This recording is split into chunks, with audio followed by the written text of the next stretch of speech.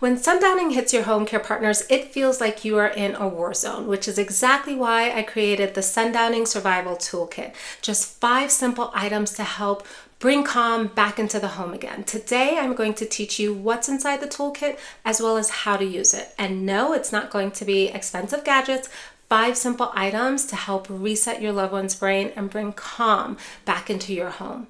For those of you who are new here, hi, welcome. My name is Dr. Sinclair. I'm a neuropsychologist, dementia care specialist, and founder of the Confident Caregiver Academy. Let's jump on in. Why a prepared toolkit works. Care partners, trying to stop someone who's actively sundowning is like trying to stop a train that's going downhill. I'll be honest, it is possible. You can do it with a lot of skills and training, but it is going to feel like trying to stop a train going downhill when you're new to it. So I always recommend having a toolkit ready to go so that you are prepared at the sign of your loved one starting to sundown. Toolkits are important because dementia-affected brains thrive on predictability as well as on calming sensory cues. So when you have a toolkit that gives you a repeated ritual, over time your loved one with dementia's brain starts associating the items in the toolkit with a calmer evening. One of my care partners, Janet, said that she would, when her mom was sundowning, she'd sort of scramble, okay,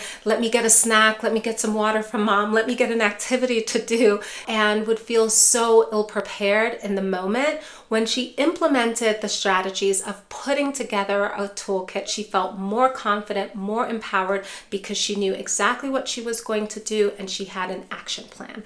That's the same kind of confidence that I want to give to you today. Once you have a plan, you don't have to reinvent the wheel every night. Your toolkit becomes your script, your plan of action. 5 essential items. Item number 1, care partner.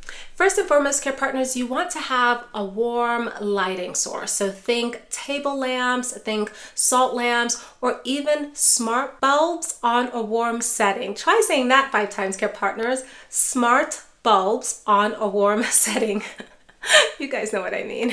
The reason that this helps, care partners, is in dementia, the suprachiasmatic nucleus, the brain's internal clock, loses cells. It starts to degrade over time. Internal clock is responsible for revving us up and keeping us alert during the day and then winding us down at night.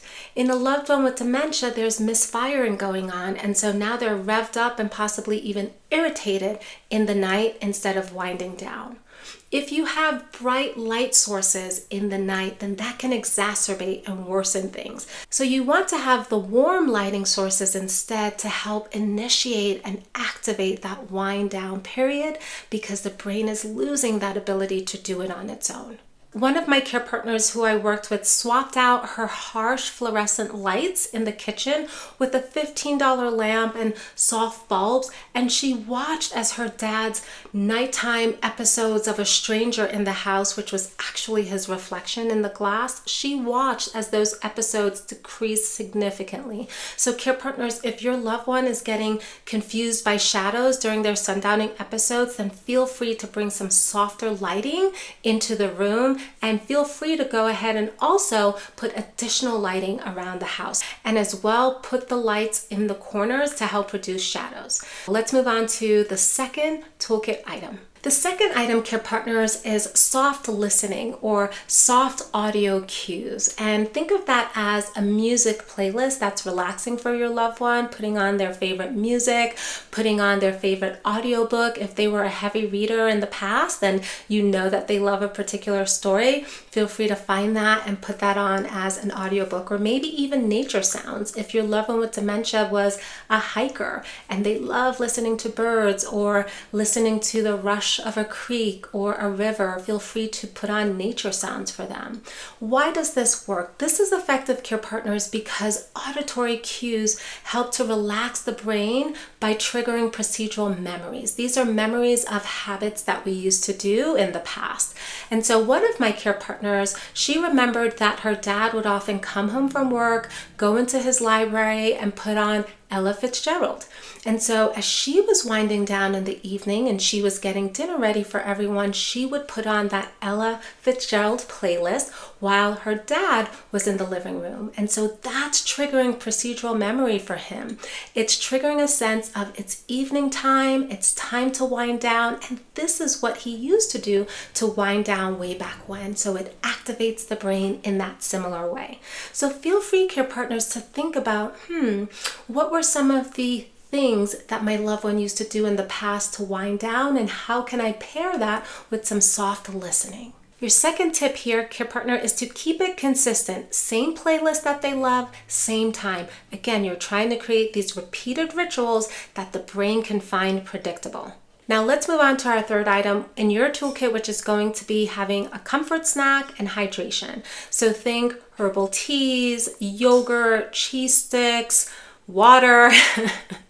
Okay, care partners. Why does this work, care partners? Because low blood sugar and dehydration just makes nighttime confusion even worse. Additionally, hunger and fatigue triggers a limbic structure called the amygdala, which makes your loved one even more agitated and angry. So if we can eliminate those events with a bit of a snack and some hydration, then we're going to welcome some calm into the evening. One of my care partners, her mom would get combative around 4 p.m. right as my care partner was starting to make dinner.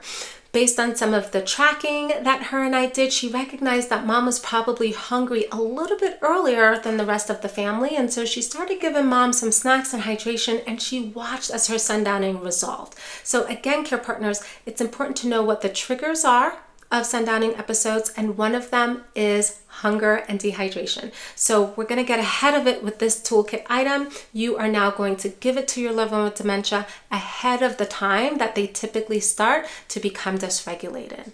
And so your third tip, care partner, is to offer, don't ask. Here's some tea, mom, drink up, versus are you hungry? Or are you thirsty? Would you like a snack? Just give it to them, care partner. They're losing the ability to identify if they are hungry and thirsty. If this is helpful to you, care partners, then go ahead and like and subscribe, and feel free to see the other videos in the playlist to ensure your success. Let's move on to item number 4 in your toolkit. And that's going to be a low stress activity. So think of it as folding towels, sorting buttons, coloring, arranging cards. This may seem like such a mundane task to you, care partner, but the reason that this works is this repetitive motion for a dementia-affected brain is actually soothing to them. So what looks like a boring task, sorting socks or sorting buttons, is actually a soothing task to a dementia-affected brain. One of my care partners would give her husband, she would dump out the recipe cards onto the table and ask her husband to sort those out. So they can be playing cards, they can be recipe cards, they can be Uno cards, and your loved one with dementia has to sort them by color. Get creative with this activity, but this is going to be my tip for you. Let's not have it be a difficult sorting task. We want this to be something where success is guaranteed and easy for your loved one with dementia. Again, what looks super easy and mundane and boring to you is going to be calming because it's a repetitive task to a dementia-affected brain. So let's move on to the 5th item in our toolkit. Our 5th item in the toolkit, care partner, is going to be a soothing sensory item. And so that could be a weighted blanket, a textured pillow that they can play with, or some sort of fidget spinner or fidget toy that your loved one can keep their hands busy with. Why does this work? This works, care partners, because these types of tactile inputs help to ground the body. It helps to relax the body down and initiate that wind down process that we want to initiate for your loved one with dementia. So one of my care partners whose mom would get particularly agitated in the evening, she would put on some soft music, walk her mom into the living room to the rocking chair, and then she'd place a weighted lap blanket over her mom, and the combination of all of these relaxing cues would dissipate some of that agitation. So the tip here, care partner, is to make sure that the sensory item is not too constrictive for your loved one with dementia.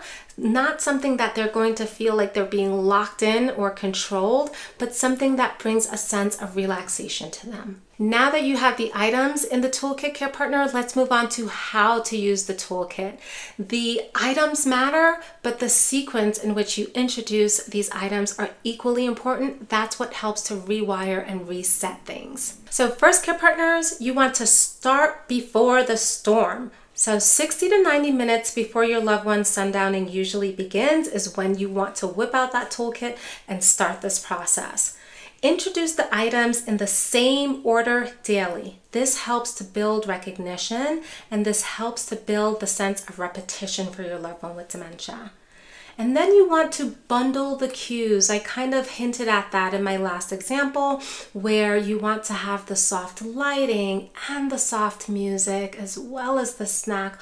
All of those layered together create a calming effect. One of my care partners used the lamp, music, tea, blanket combination as her ritual, and she watched as her loved one, her husband, he would start to relax the moment the lamp would come on. His brain over time got conditioned to that lamp, music, tea, blanket combination. So try your ritual, care partner. Put your items together.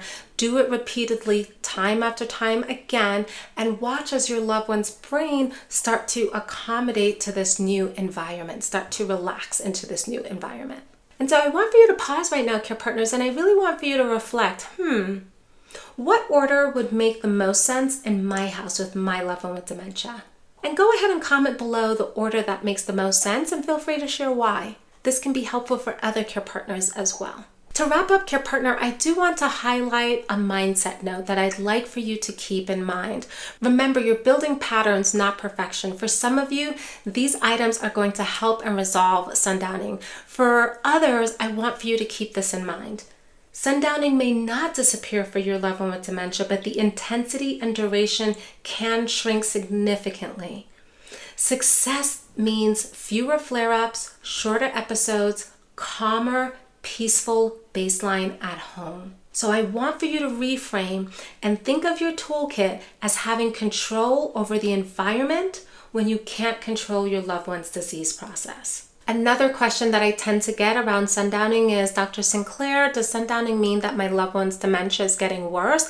If that's something that you've also been questioning, care partner, then go ahead and watch the next video. I'll see you there. Bye.